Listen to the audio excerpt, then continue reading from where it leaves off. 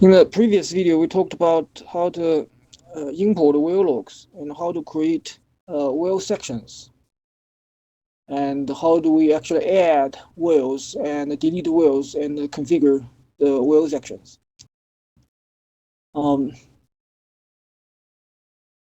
Now let's look at so in the last video we actually created a tool, this kind of wheel fences, right? One of them actually goes from C3 to A16, right? That's this one. And then the other one goes from C7 to A15, C7 to A15. We created these two wheel fences, right? And then we were examining the wheel logs.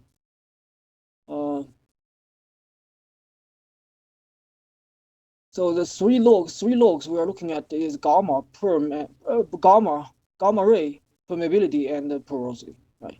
And we have our own template, which is the called GR perm pore, right? And this is the wheel section window. This is the wheel section window, and it's a very important window. So on the menu bar, there are two tabs that's kind of important. One is the stratigraphy tab. Right? The stratigraphy tab contains some buttons that allows us to make adjustments to the wheel sections. For example, if you go to the 3D window, or if you go to the 2D window, you have this X section editing toolbox. If you click on it, then it's going to allow you to make adjustment to the cross section. Right? So let's still go back to the viewing mode. Right. And we looked at this new wheel section window button. Right. If you click on it, it's going to create a new wheel section window, just like this one. Right. And then later on, you can add wheels to it. You can use select a particular template, that kind of thing. Right. And there's another menu item that's very important. Which is this window. Right. If you click on it, it's gonna open a wheel section ribbon that contains lots of tabs, lots of buttons on it. Right. We looked at this kind of a context-sensitive menu item before, window, right? If we click on any of the 3D window, right, or if we click on any of the 2D window, then this context-aware window menu item is going to contain a different set of buttons that's related to the operations in this 3D window. Right? If we click on a 2D window, and then here it's going to show 2D, and then the ribbon is going to contain all the buttons that's related to two-dimensional operations inside of this 2D window. Right? And then if we click on the wheel section window, right, and then we see wheel section here. See, it's not 3D, it's not 2D, but it's called a wheel section now, right? And then it contains lots of buttons that's related to operations inside this wheel section window, in this particular window, right? In this particular window. All right. So here we have like so let's take a look at this particular ribbon. It's got lots of sections, right? The first section is called templates. Right? Later on, we're going to look at those templates, right? And then cross section, right?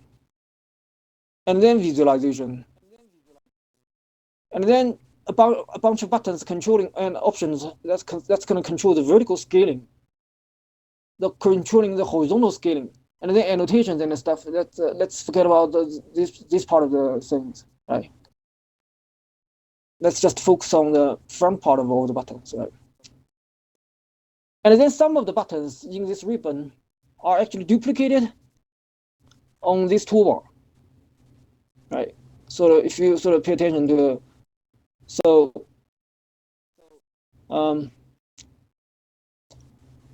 for example, the new template button, which is also here, right? And then this box is the same as this box here, which allows you to select template from existing templates. Here, grperm_pool is a template that we created by ourselves, right? But if you want to choose a different template, you can sort of either go here, or you can click here, right? And then this is called the template setting, right? It's going to allow you to actually adjust the template that you are using right now, the grperm_pool, right? It's called template setting, and template setting button is also here. And then right next to it is called cross-correlation, cross-section setting, the cross-section setting, right? This button is sort of identical to this button, right? It also allows you to so if you have a deviated whale, then this allows you to make adjustment to that, right? And then a bunch of buttons here, right? Sync scrolling, sync scaling, these two buttons, and this lock. We're going to look at those things here. Undef here, undef here. It's so lots of the buttons on the ribbon are actually duplicated on the toolbar, right? So you can use either one of them to make adjustments, right? So if you have a good memory, you probably remember that you've seen this button before, right? The X section editing. The X section editing. You saw this button, the same button on the stratigraphy, under the stratigraphy tab, right? The ribbon for the stratigraphy. You also have X section editing. And I was saying that if you are in the whale section window, the X section editing under the stratigraphy tab is going to be grayed out. It's not going to allow you to edit the cross section, right? But why the Windows under the Windows tab, the X section editing is active, right? Why is it active? Right? If you click on it, it's going to give you this toolbar, right? It's going to give you this toolbar. But you may have noticed that the X section add whale, right, edit whale, and delete whale, these first three buttons are grayed out, right? But you have some other things called curve filling, and these two buttons are for editing whale tops. These two buttons are active, and together with some other buttons that allows you to actually change the display of the tracks, the display of the logs, right? The reason that this button is active is because under this particular whale section window, you need to use those buttons, and those buttons are actually grouped together into this particular X section editing toolbox, right? But if you are in a stratigraphy, this is grayed out because the toolbox only contains three buttons, right? The buttons for adding wheels, that kind of thing. If you go to a three-dimensional window, right, this thing is active now. If you click on it, you see.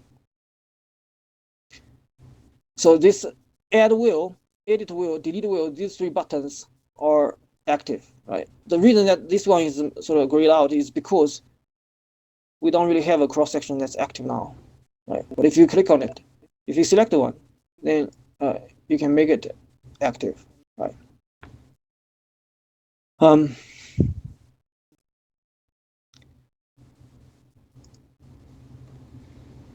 So let's still go back to the window, right? And then let's go back to the whale section window, and let's look at how we can actually look at this kind of log data in this whale section window, right? The different ways for doing that. The first thing we might want to do is to put on the whale tops, right? So inside of this particular window, we see a gray checkbox in front of plane A. That's our whale top data that just imported, right? If we want to see the whale top data, we can just click on it. Then it's going to display those colored lines, right? And those colored lines are going to tell us the name of those imported whale tops, right? They are basically corresponding to horizons, basically, right? And if we want to sort of look up and down, right, what we can do is to actually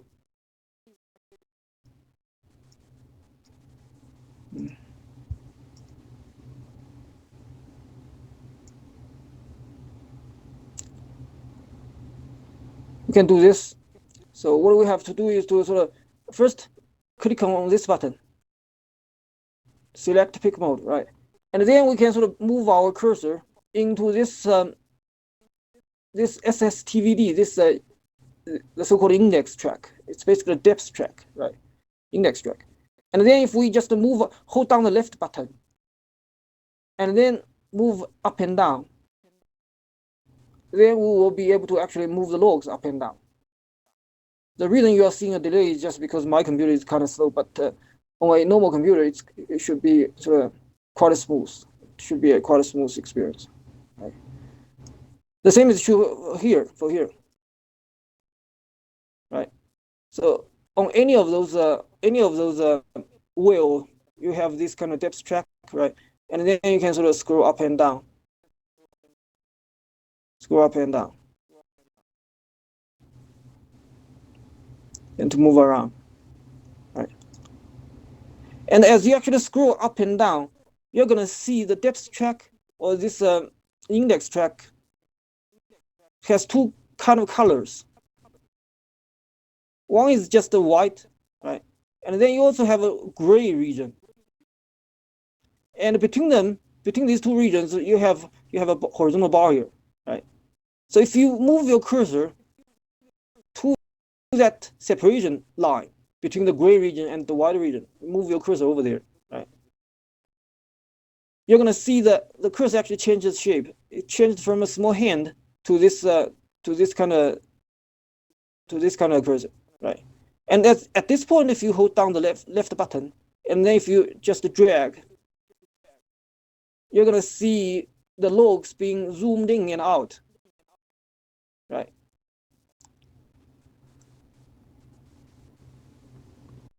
Right. You basically change the scale.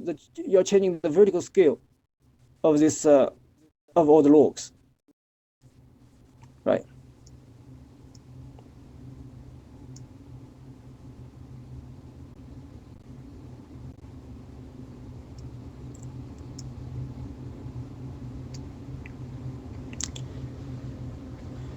So that's basically how you use a cursor inside of the. How do you use the mouse inside of the wheel section window, right? So the utilities are kind of the three buttons actually have different kind of functionalities, right? And one thing that you may have noticed is that if I move my cursor inside of one of those wheels, the other two wheels moves with it, right? They are not moving separately. They are moving in sync, right? And then when I do a scaling inside of one of those wheels, for example, if I do a scaling inside of this particular wheel, then the other two wheels also scales with me, with the middle wheel, right? This is because you have these two buttons that's enabled, right? And these two buttons also appears in the toolbar. So if you want to do a scaling or shifting, or scaling or scrolling for just one wheel, for example, if I just want to scroll on the middle wheel, I can just disable this particular button, right? And then at this point, if I just scroll here, scroll here, and then only this wheel, the logs in this wheel are gonna move up and down, right? Right. But if I do a scaling inside this wheel, and then all three wheels move together, right? This is because you still have this button enabled. That's synchronized scaling.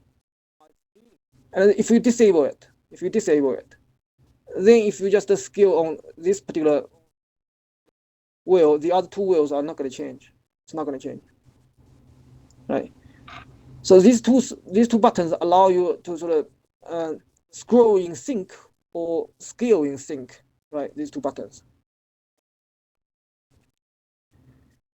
And if you actually pay attention to all the numbers underneath the header information of each of the log file, of each of the wheel, right?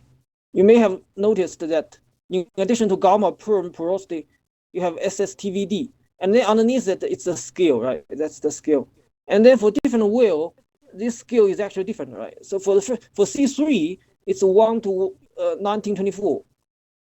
And then for B9, it's 1 to 5888. And then for A16, it's 1 to 1229, right? So the scale for the three different whales are actually different, right? And it may be sort of advantageous in some situations, right? But sometimes you like to actually to have the same scale for all the different whales. And if that's the case, you also have a button for that. That's this button, equalize scales. So align scales of all whales to one common scale. And again, this button is duplicated here, equalize scales, right? If you click on it, then everyone is going to have the same scale. So it's for now, it's like a 1 to 30, 14. Right? It's 1 to 30, 14 for every whale, right?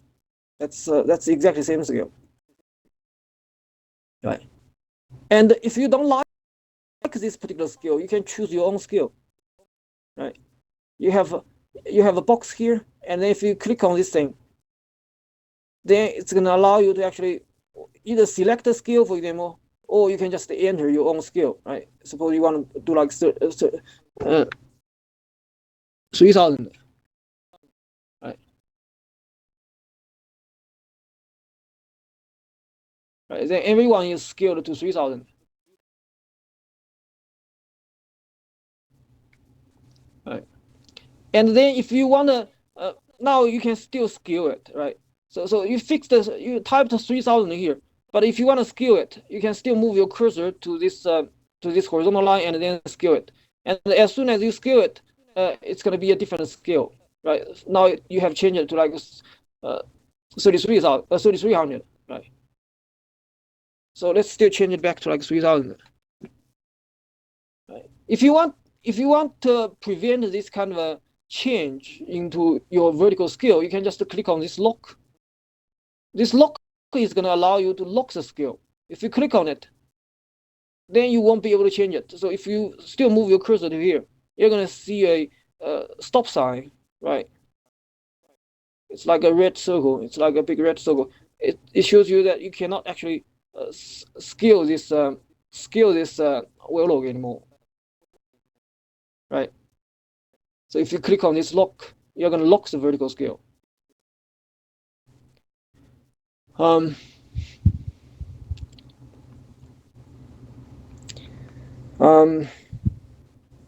So that's sort of related to the vertical scale, right? And then you also have the horizontal scaling here. See, you have a section that's called horizontal scaling.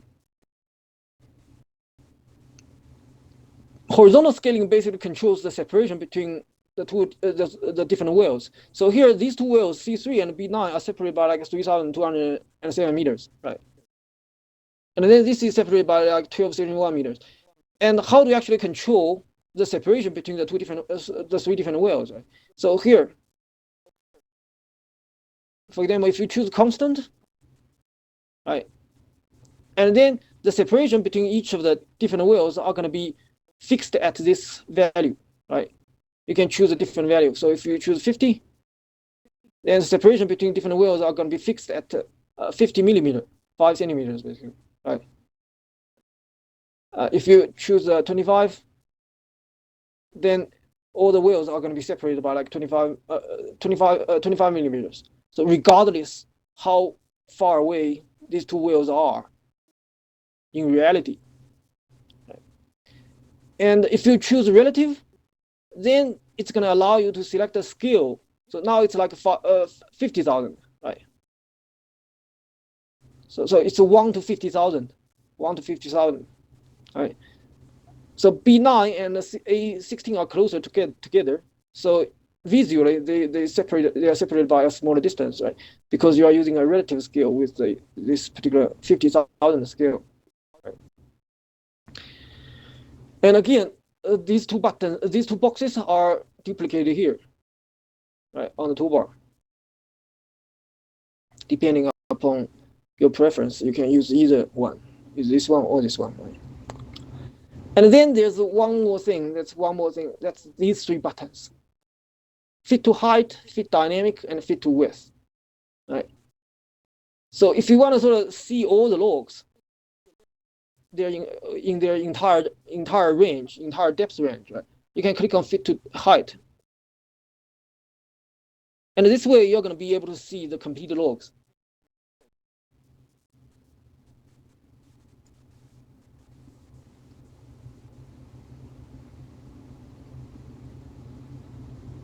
No, it's not exactly true. It's fit to height. Fit to width, then you will be able to actually separate all the to fill the entire screen with the logs of the three wells, right?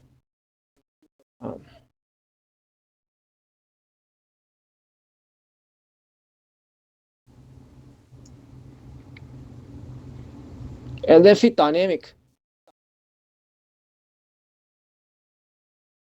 It's going to make this kind of dynamic adjustment to allow you to see part of the wheels, part of the logs, basically. Right. So in this case, it's not a display of the entire log. So B9 is actually a lot longer than the other two logs, right? It's a lot longer. And it's not trying to display the entire thing. It's not trying to display the entire thing.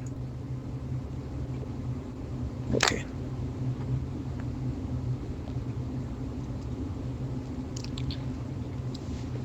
So let's still go back to fit dynamic.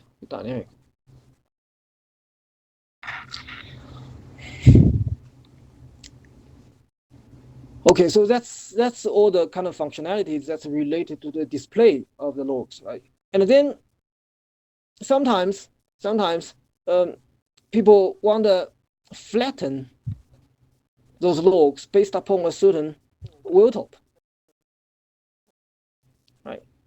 If that's what you really want to do, you can sort of click on the wheel top, right click on it, and then you'll be able to find a option that's called flatten wheel section on wheel top, right? And then if you click on it, you're going to see that all the logs from all wheels has been shifted to make sure that base Cretaceous, this particular wheel top, is flat. Right. And sometimes if you want to sort of flatten all the wheel logs based upon, for example, the bottom, you can right click on it and flatten wheel section on wheel top, right? If that's the case, and then you'll see top eave is flattened across all the wheels, right?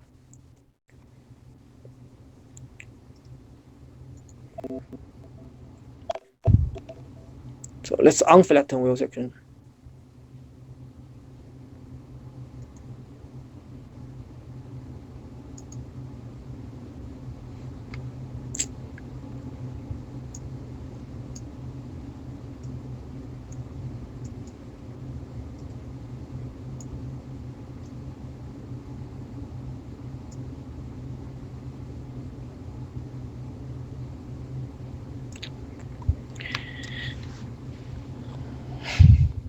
That's some of the capabilities of Petrel for you to actually display the wheel logs in different ways.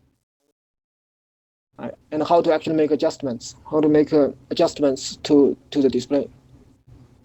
And then for this kind of analysis, based on looking at the logs for different wheels, there are three settings dialogues that are very important. So the first settings dialog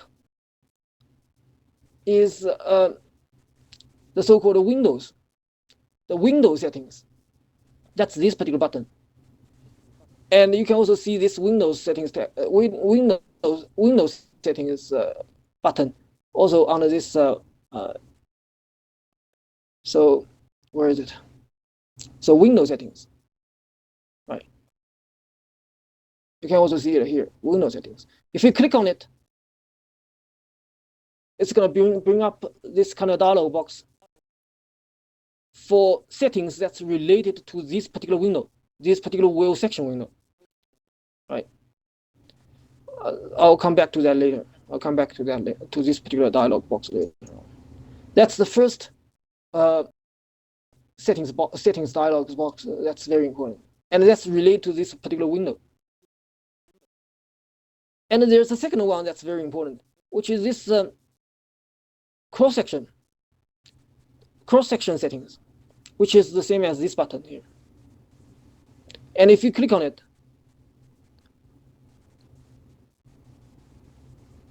for some reason it's taking, oh, okay, now it's back. Right.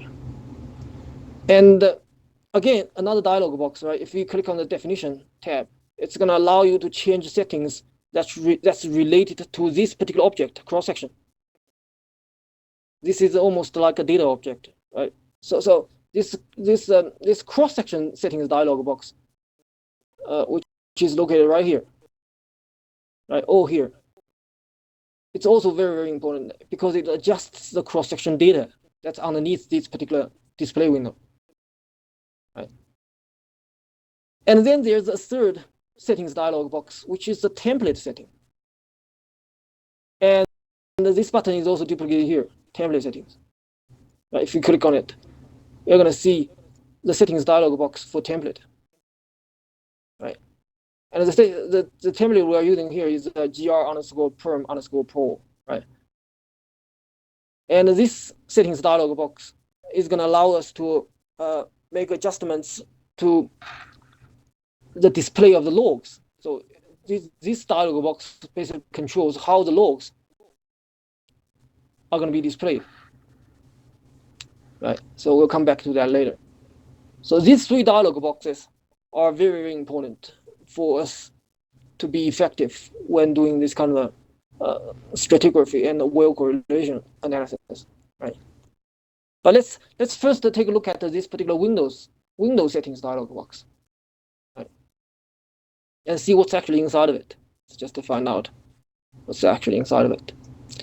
The Windows section, Windows settings dialog box basically duplicates lots of capabilities that's already inside of the that's already accounted for by all the buttons in the Windows ribbon. If you sort of look at it, it's a kind of has lots of similarities, right? So it's got like an info tab. So you can change the window name. So for now, its default name is wheel section window 1, but you can change it to something that you like, right? You can add comments to it, right? The color change may not be very effective. It's not really that useful. The wheel section, the type, you don't want to change it, right? You don't want to change it. And in fact, you cannot change it. You cannot change it, right? So this part is that's the info tab. And then you have definitions tab, right? The definition tab. The definition tab has a bunch of options that's kind of very useful. So the first part is flatten on what, right? It allows you to actually shift the logs so that they can be flattened with respect to a certain reference, right? So now you can sort of see all the wheels are being flattened on base Cretaceous, this particular wheel top, right? And then this dialog box, the boxes here actually reflects this kind of a flattening option, right? So flatten on wheel top, and then you can see base Cretaceous, plan A, right? But suppose you don't want to sort of flatten on base Cretaceous, right? Of course, you can go back to the input pane and then right-click on one of those horizons underneath stratigraphy. Right-click on it and then select flatten on that wheel top, right? That's what we looked at, right? If I want to flatten on top starboard, I can right-click on it and then flatten wheel section on wheel top. Then everything is going to be flattened on top starboard, that kind of thing, right? But if the window setting also allows us to adjust that to make changes, right? Flatten on wheel top. You see this kind of arrow here, this blue arrow. So this blue arrow allows us to point anything that's in the input pane into this box. Right. Suppose we would like to actually use top eve as a flattening wheel top. We can just select top eve in the input pane. Right. And then we can just click on this blue arrow. Now it has changed to top eve plane A. Right. And then if we click on apply, then in the wheel section window, you can see top eve. All the wheels, all the logs has been flattened with respect to top eve. And then later on, in many dialog boxes, you're going to see this kind of blue arrow. And this blue arrow allows you to select any object in the input pane and then just point it into that box this blue arrow is pointing to. Right. So let's still go back to base Cretaceous and then use blue arrow and then apply. Right. Now it's flattened on base Cretaceous. But flattening on wheel tops is just one of those options. If you click on this arrow, you're going to see, for example, no synchronization. Screw relative. Flatten from window top. That's going to flatten on the top, basically the wheel heads, basically. And then flatten on depth, for example. Right? Flatten on depth. So you can pick a certain depth, for example, let's flatten on what? On 1800, for example. 1800 subsea true vertical depth, if we apply that, then 1800 SSTVD 1800 is going to be the surface for flattening. And then everything else is going to be shifted to with respect to this particular true vertical depth. Right? And then flatten on wheel top, that allows you to select just one wheel top. And then flatten on multiple wheel tops are going to involve some kind of scaling, right? So you now have like two things, right? Flatten on multiple wheel top. And the wheel tops collection, suppose I select plane A, and let's see if it's going to work.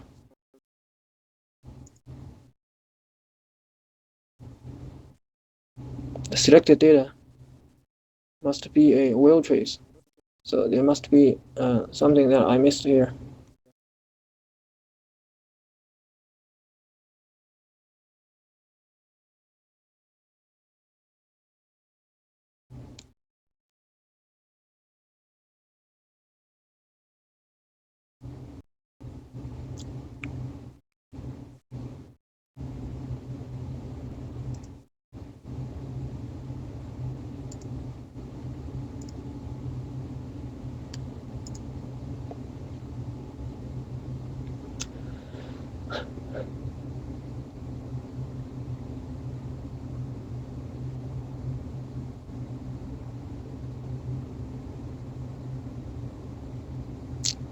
But let's not explore that for now. Let's just still go back to flatten on wheel top and then use the base Cretaceous. Right?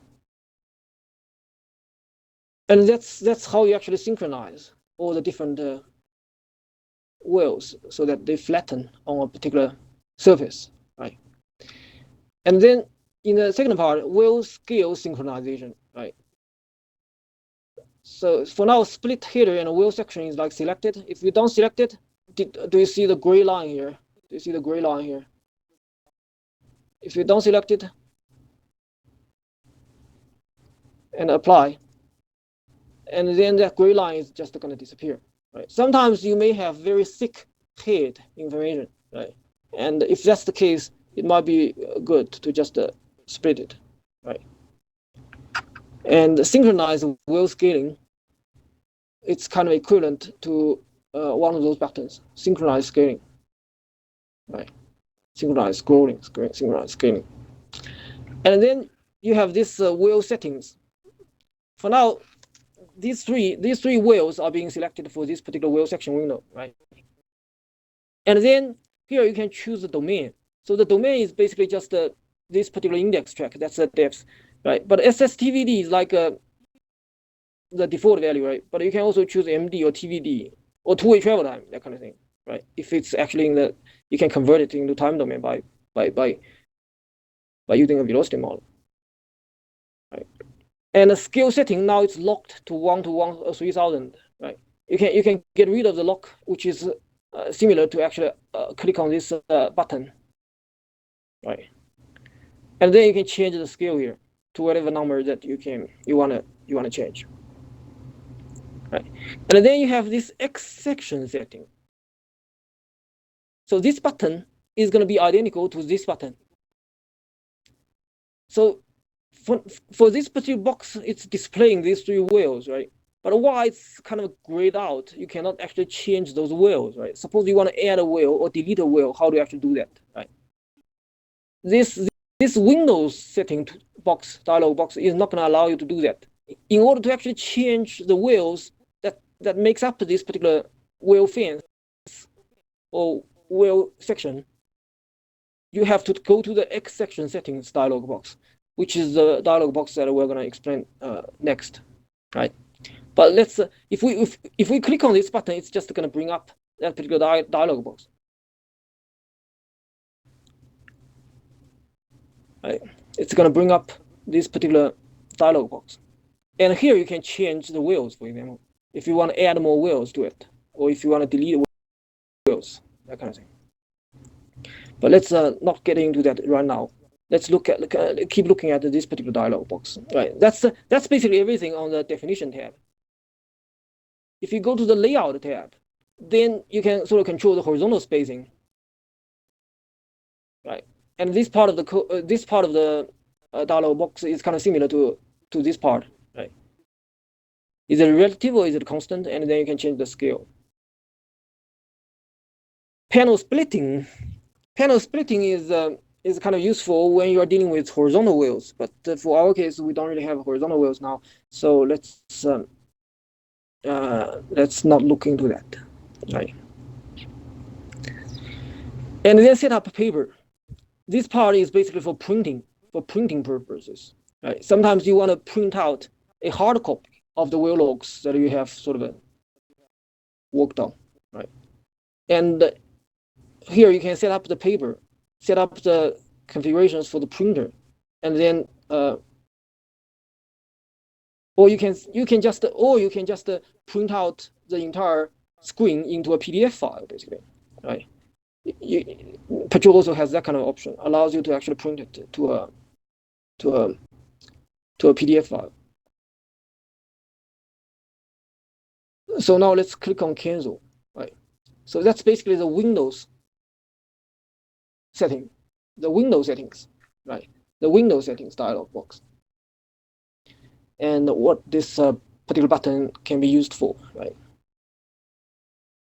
And now let's look at the X section settings. Let's look at this part.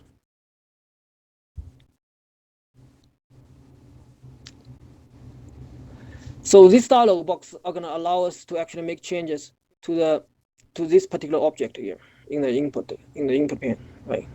What I was saying that this thing is almost like a data, right?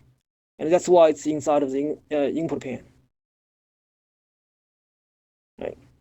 And the data that's inside of it contains, for example, the wheels inside of it, right? So if you look at the info, you can change the name here. The color may not be particularly useful. Type is an X section, right? Cross section. That's like fixed, and you don't really want to change that. Statistics.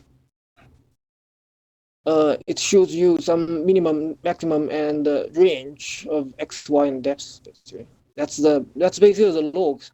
Logs X and Y are just the locations, right? Easting and northing of those whales, and depths is actually the range of those whales, basically. Right. So the whales actually go from like a minus 1732 to minus 2990, right? Minus 2990. Minus 2990 is probably B9, I think. Minus 1732.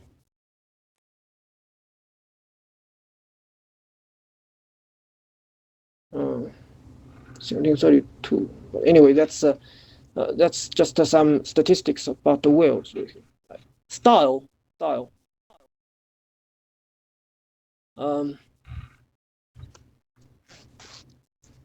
Sometimes those kind of a wheel section, this kind of a wheel section can be used to display a cross section of a volume data. Right? Suppose you have seismic data, which is actually a three-dimensional volume, right?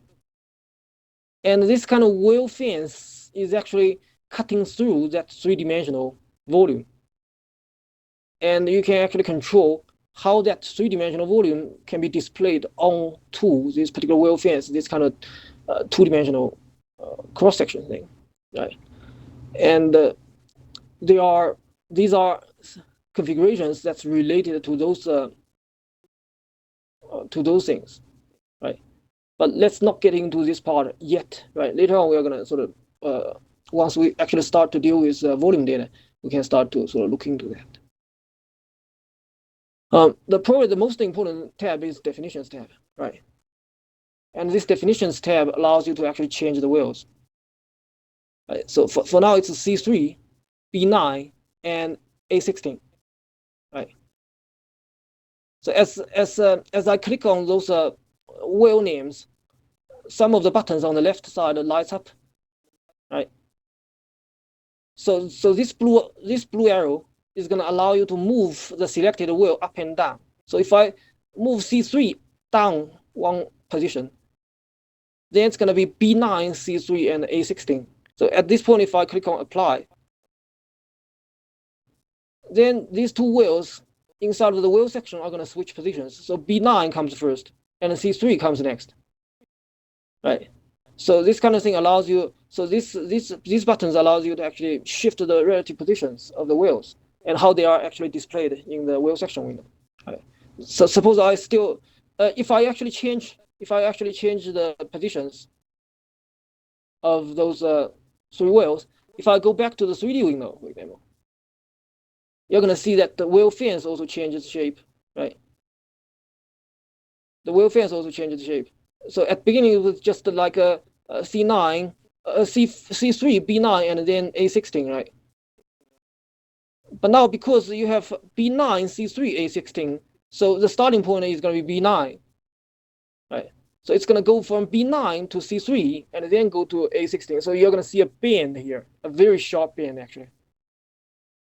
Right, B9 is right here. And then you have to go from B9 to C3. That's right here. Right, so you can sort of see a dashed line here. This dashed line, and then comes back. That's a bend. That's a very sharp bend, right? So you actually have changed the shape of the wheel fence, right?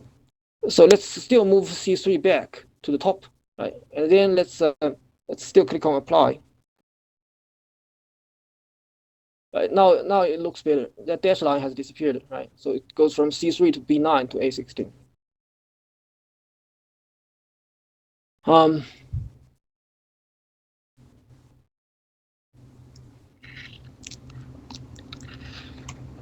And then you can also add wheels to it, right? For now, it goes from like C4 to B9 to A16. Suppose I want to add A10 to this particular wheel section. So how can I do that, right? Again, you see this blue arrow.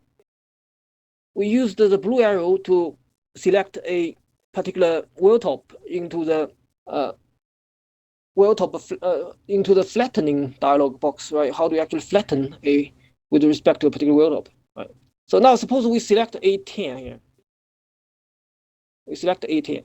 And then we can use this arrow to point it into this particular,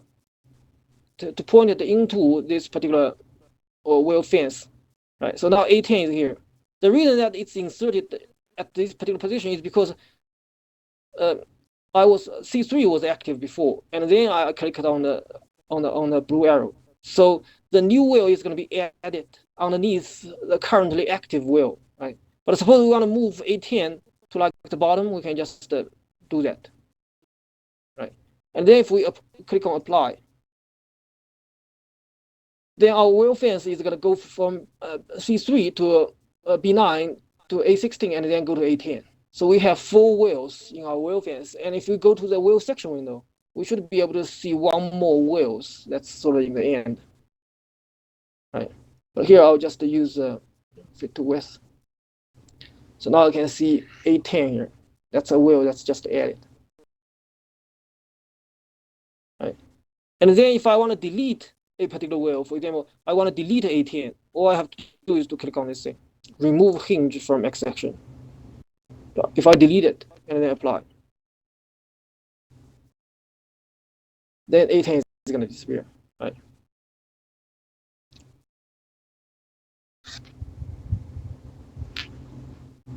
So this is actually copying some of the, if you have selected, for example, if you have selected other wheels, right, you can sort of copy the hinge to the end of the cross section. So you can just sort of concatenate those additional hinges, what they call, right, to the end of this particular fence.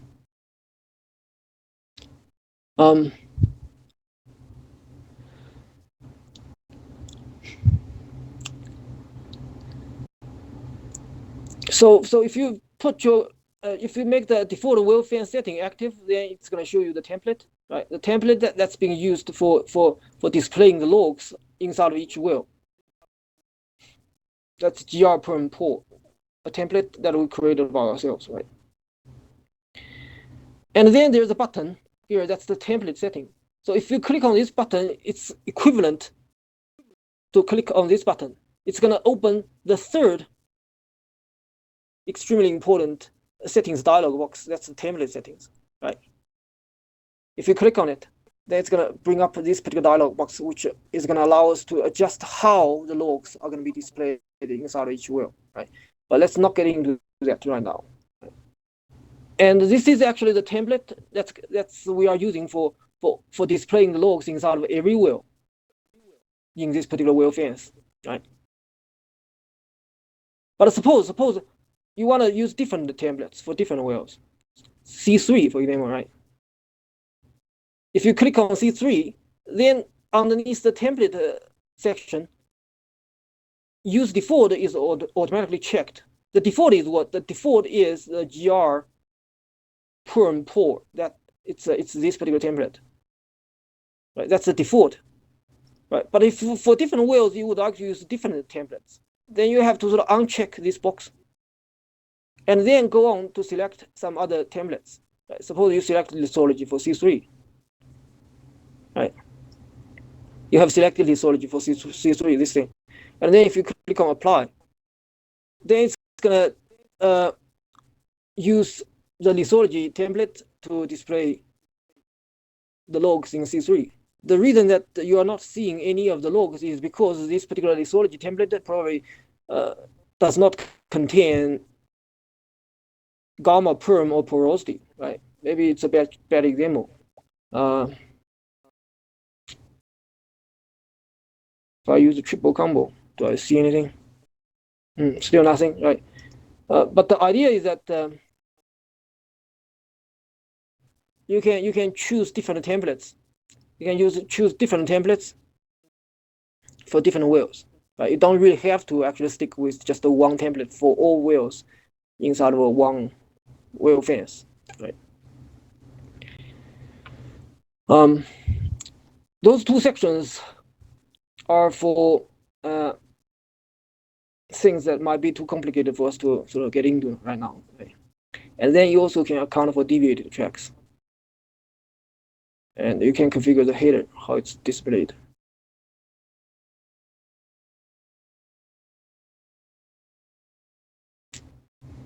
Let me click on cancel so I don't make any unnecessary changes in this particular dialog box. Right. And that's the second very important settings dialog box, right? I was saying window settings, and then cross-section settings. Right? Window settings allows you to control the window, the wheel section window here. The cross-section settings, or this button here, allows you to actually configure this particular cross-section object here, right? And then one last very important settings dialog box is the template settings. And the template settings is going to configure how the logs are going to be displayed inside each wheel, right? we probably won't be able to sort of finish talking about the template settings dialog box in this video, right? But let's just take a look at what's inside of this dialog box, right? Again, you have an info tab, right? You can change the name, the color, wheel section template. You don't want to change this part, right? The most important thing is the wheel section template tab, right? And underneath this tab, you can sort of see you have different levels of objects, right?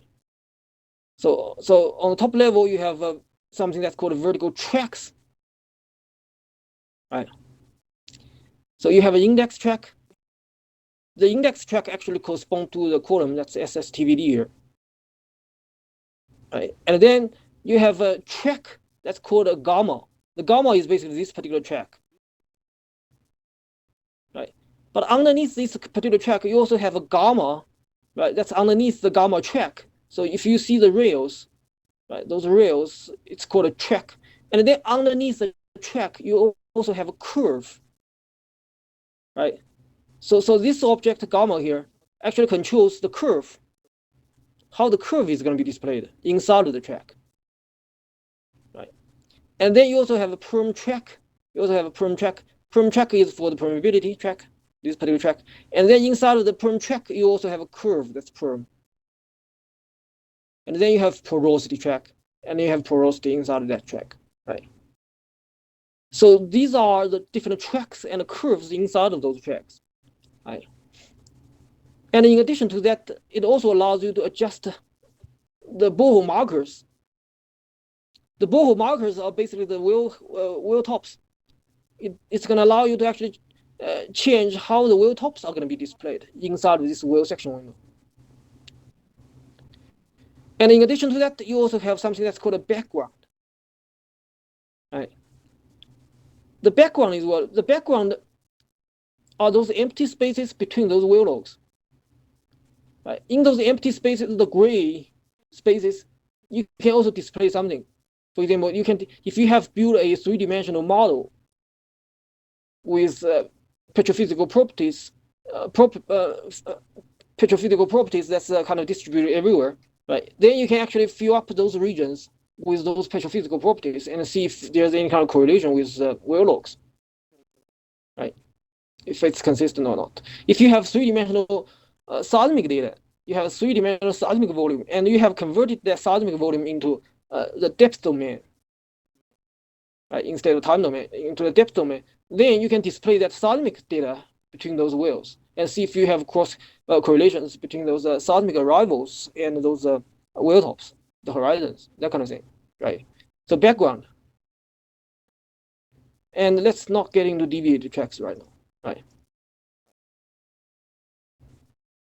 And sometimes you would like to fill up a particular curve, right? So it's for now it's just display like curves, but sometimes you would like to fill up some regions of the track using color, right? And then curve filling underneath the track setting is going to allow you to do that, right? And maybe it's a good idea to leave those discussions to the next video.